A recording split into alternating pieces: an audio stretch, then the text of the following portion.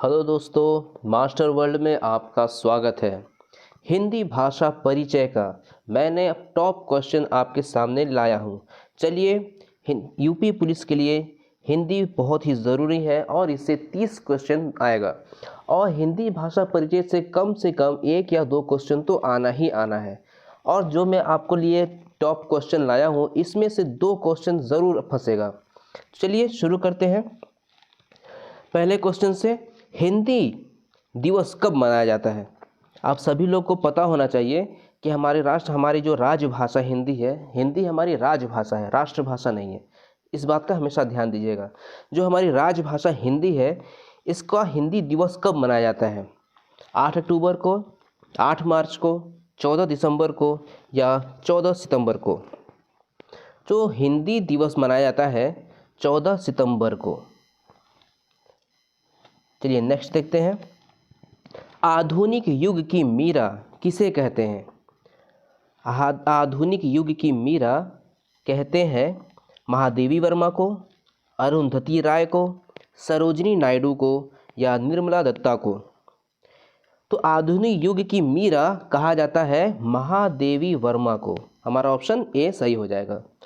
चलिए next question की तरफ चलते हैं। हिंदी साहित्य का आलोचनात्मक इतिहास किसका लिखा है? Doctor Rajkumar Verma, doctor Ramswaroop Chaturvedi, doctor Bachchan Singh या डॉक्टर मानवर सिंह? तो हमारा option A doctor Rajkumar Verma सही हो जाएगा, क्योंकि डॉक्टर राजकुमार वर्मा ने हिंदी साहित्य का आलोचनात्मक इतिहास लिखा है। चलिए नेक्स्ट क्वेश्चन चलते हैं। राम बोला बचपन में किसका नाम था? राम बोला सूरदास का नाम था, तुलसीदास का नाम था, कबीरदास का नाम था या अग्रदास का नाम था? तो राम बोला जो नाम था ये तुलसीदास जी का नाम था, राम बोला। चलिए नेक्स्ट क्वेश्चन की तरफ चलते हैं। तुलसीदास जी का नाम राम बोला था और तुलसीदास जी का जन्म कब हुआ था? 1520 में, 1554 में, 1680 में या 1550 में? तो हमारा सही ऑप्शन हो जाएगा 1554 में। तुलसीदास जी का जन्म 1554 में हुआ था। चलिए हमारा नेक्स्ट क्वेश्चन है। आदिकाल को वीर गाथा काल किसने कहा? पंडित हजारी प्रसाद द्विवेदी, डॉक्टर रामविलास शर्मा, पंडित रामचंद्र शुक्ल या पंडित विश्वनाथ प्रसाद मिश्रा? आदिकाल को वीर गाथा काल कहा था पंडित रामचंद्र शुक्ला जी ने। ठीक है, नेक्स्ट क्वेश्चन की तरफ चलते हैं। हिंदी की उत्पत्ति किस अपभ्रंश से हुई है? मगधी से, शौरसेनी अपभ्रंश से, अर्ध मगधी अपभ्रंश से या नागर अपभ्रंश से? तो जो हिंदी की उत्पत्ति, हम सभी लोग जानते हैं हिंदी की उत्पत्ति अपभ्रंश से हुई है, लेकिन कौन से अपभ्रंश से हुई है? तो ये हुई है शौरसेनी से। हिंदी की उत्पत्ति शौरसेनी अपभ्रंश से हुई है। ठीक है, चलते हैं नेक्स्ट क्वेश्चन की तरफ। निम्नलिखित में कौन कवि राष्ट्र कवि कहे जाते हैं? बहुत महत्वपूर्ण क्वेश्चन है और ये क्वेश्चन कई बार एग्जाम में पूछा जा चुका है। निम्नलिखित में राष्ट्र कवि कहे जाते हैं हरिवंश राय बच्चन को कहते हैं, सुमित्रा आनंद पंत को कहते हैं, मैथिली शरण गुप्त को कहते हैं या रामधारी सिंह दिनकर जी को कहते हैं? चलिए जल्दी से बताइए। जी हाँ, हमारा ऑप्शन सी बिल्कुल सही हो जाएगा। मैथिली शरण गुप्त जी को हिंदी कवि का राष्ट्र कवि कहते हैं। ठीक है, नेक्स्ट क्वेश्चन है हमारा। आधुनिक युग का तुलसी किसे कहते हैं? आधुनिक युग का तुलसी कौन है? सुमित्रानंद पंत जी हैं, विद्यापति, मैथिली शरण गुप्त जी या हरिवंश राय बच्चन जी? तो मैथिली शरण गुप्त जी को ही आधुनिक युग का तुलसी भी कहते हैं। ठीक है। मैथिली शरण जी गुप्त जी के से 2 क्वेश्चन आ गए, एक राष्ट्र कवि का और एक तुलसी का। आधुनिक युग का तुलसी मैथिली शरण गुप्त जी और राष्ट्र कवि मैथिली शरण गुप्त जी। चलिए नेक्स्ट चलते हैं। हिंदी साहित्य में किस कवि को कवियों का कवि कहा जाता है? तो हिंदी साहित्य में कवियों का कवि कहा गया है कि अज्ञे को, भवानी प्रसाद मिश्रा को, रामेश्वर बहादुर सिंह को या हरिवंश राय बच्चन को। तो कवियों का कवि कहा गया है हरिवंश राय बच्चन जी को। ठीक है, नेक्स्ट क्वेश्चन चलते हैं। महात्मा गांधी ने हिंदी के प्रचार प्रसार के लिए किस संस्था की स्थापना की थी? गुजरात हिंदी विद्यापीठ, हिंदुस्तानी प्रचार सभा, हिंदी साहित्य सम्मेलन, राष्ट्रभाषा प्रचार समिति। तो गांधी जी ने शुरू किया था राष्ट्रभाषा प्रचार समिति। चलिए नेक्स्ट क्वेश्चन चलते हैं। मानक हिंदी से तात्पर्य है, क्या तात्पर्य है? आदर्श के रूप में हिंदी का स्वीकार, लेखन केवल लिखने पढ़ने की हिंदी, साधारण बोलचाल की हिंदी, मध्यकालीन साहित्य पुस्तकों की हिंदी। तो मानक हिंदी जो है इससे समझा जाता है आदर्श के रूप में हिंदी का स्वीकार रूप। ठीक है, नेक्स्ट क्वेश्चन की तरफ चलते हैं। 8वां विश्व हिंदी सम्मेलन, 8वां विश्व हिंदी सम्मेलन कब हुआ, कहाँ हुआ था? तो क्या नागपुर में हुआ था, न्यूयॉर्क में हुआ था, स्विट्जरलैंड में हुआ था या लंदन में हुआ था? तो 8वां विश्व हिंदी सम्मेलन ये हुआ था हमारे न्यूयॉर्क में। ठीक है, नेक्स्ट चलते हैं। हिंदी कविता को छंद की परिधि से मुक्त कराने वाले कौन थे? सुमित्रानंद पंत जी थे, जयशंकर प्रसाद जी थे, महादेवी वर्मा जी थे या सूर्यकांत त्रिपाठी या निराला जी थे? ठीक है, तो हमारा ऑप्शन क्या हो जाएगा? ऑप्शन डी सही हो जाएगा, सूर्यकांत त्रिपाठी निराला। नेक्स्ट क्वेश्चन की तरफ चलते हैं। कबीर दास की भाषा थी, ये बहुत बढ़िया क्वेश्चन है और ये कई बार पूछा भी गया है ये क्वेश्चन। तो कबीर दास जी की भाषा कौन सी भाषा थी? खड़ी बोली थी, सदुक्कड़ी थी, कन्नौजी थी या ब्रज भाषा थी? तो कबीर दास जी की जो बोली थी वो थी सदुक्कड़ी बोली। ऑप्शन बी हमारा सही हो जाएगा। नेक्स्ट चलते हैं। तुलसीदास कृत रामचरितमानस में कितने कांड हैं? 8, 7, 5 या 9? तो तुलसीदास जी ने जो रामचरितमानस लिखा है उसमें 7 कर्म कांड हैं। ठीक है, नेक्स्ट चलते हैं। दक्षिण भारत हिंदी प्रसार सभा का मुख्यालय कहाँ स्थित है? दक्षिण भारत का, ये चीज़ हमेशा ध्यान दीजिएगा, दक्षिण भारत का पूछ रहा है। ठीक है, तो दक्षिण भारत का जो प्रसार है हैदराबाद में है कि बेंगलोर में है कि चेन्नई में है कि मैसूर में है? तो जो दक्षिण भारत का है वो है चेन्नई में। हमारा चेन्नई ऑप्शन सी सही हो जाएगा।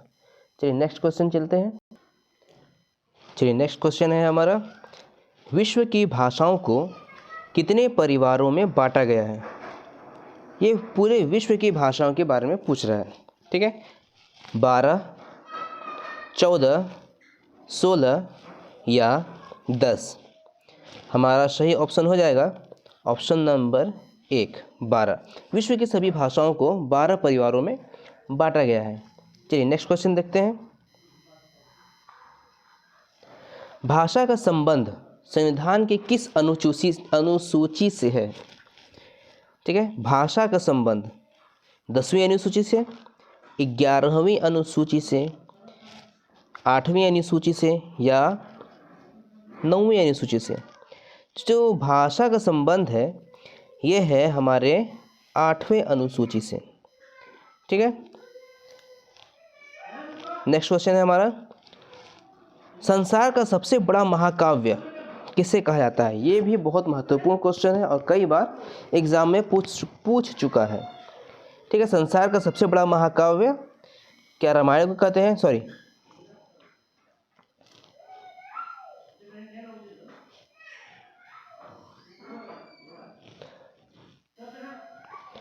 सबसे बड़ा महाकाव्य हो जाएगा महाभारत। ठीक है, संसार के भाषाओं में हिंदी का कौन सा स्थान है? तो पूरे संसार के भाषाओं में हिंदी का जो सबसे बड़ा हिंदी का स्थान है, क्या पहला स्थान है, क्या दूसरा स्थान है, तीसरा या चौथा? तो हिंदी का जो स्थान है वो तीसरा स्थान है। ठीक है, नेक्स्ट चलते हैं।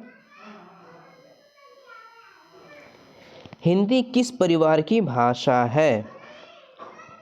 अब यहाँ पे हिंदुस्तान के बारे में पूछ रहा है।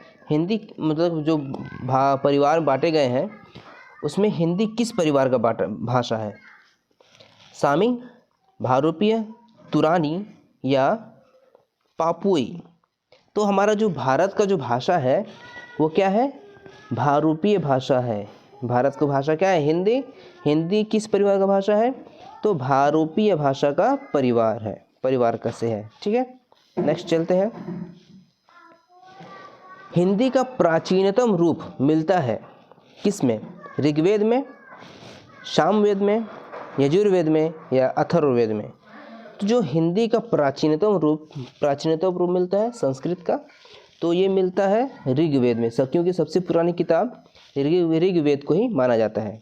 चलिए नेक्स्ट क्वेश्चन की तरफ चलते हैं। हिंदी साहित्य सम्मेलन प्रयाग की रचना कब हुई थी? तो इसकी रचना 1910 में हुई थी कि 1915 में हुई थी कि 1920 में हुई थी या 1925 में हुई थी? तो हिंदी साहित्य सम्मेलन प्रयाग की रचना जो हुई थी ये हुई थी 1910 में। नेक्स्ट क्वेश्चन चलते हैं। हिंदी का पहला समाचार पत्र, ये भी बहुत सारी बार पूछा हुआ क्वेश्चन है। हिंदी का पहला समाचार पत्र जो है कौन सा है? बगदूत है, उदंत मार्तंड है, लोकमित्र है या प्रजा हितैषी है? तो इसका सही जवाब होगा उदंत मार्तंड। ठीक है, नेक्स्ट क्वेश्चन चलते हैं। निम्नलिखित में से कृत्रिम हिंदी किसे कहा गया है? कृत्रिम हिंदी,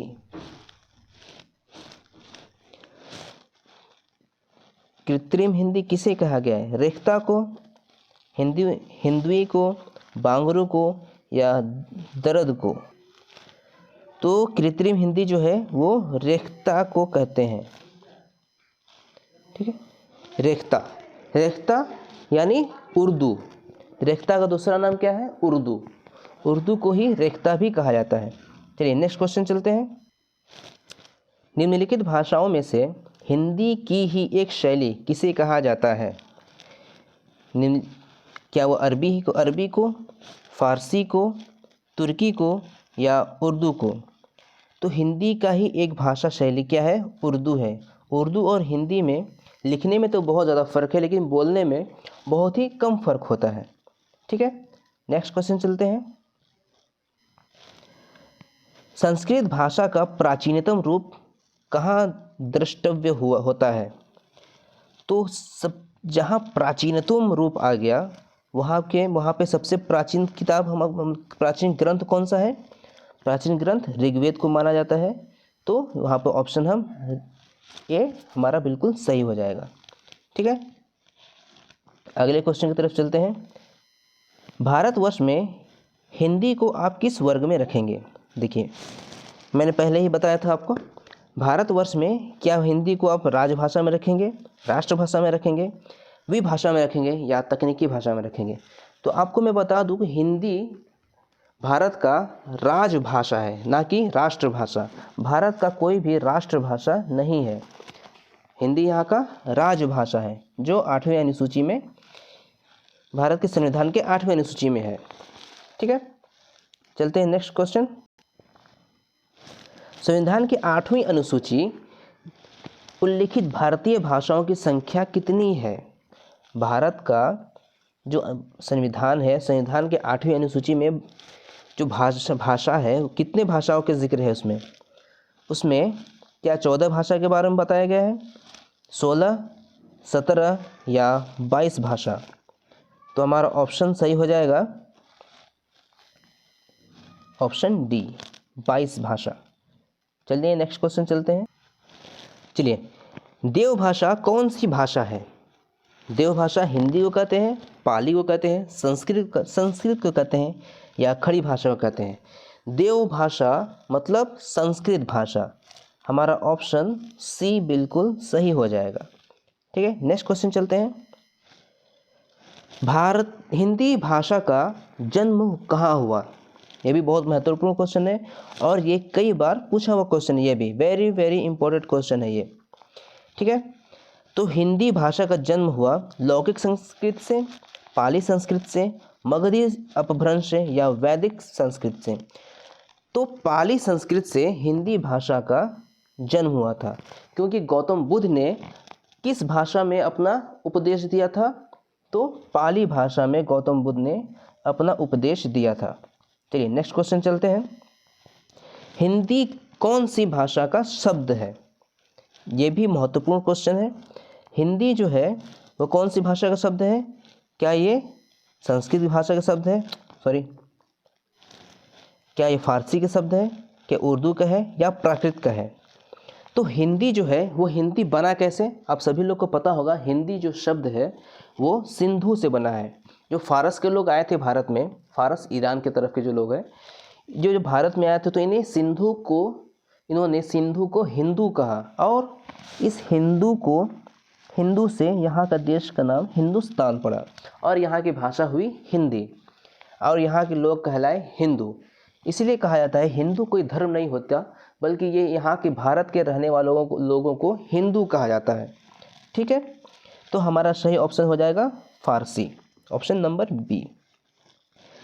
अगला क्वेश्चन है, पंजाबी भाषा का जन्म किस अपभ्रंश से हुआ है?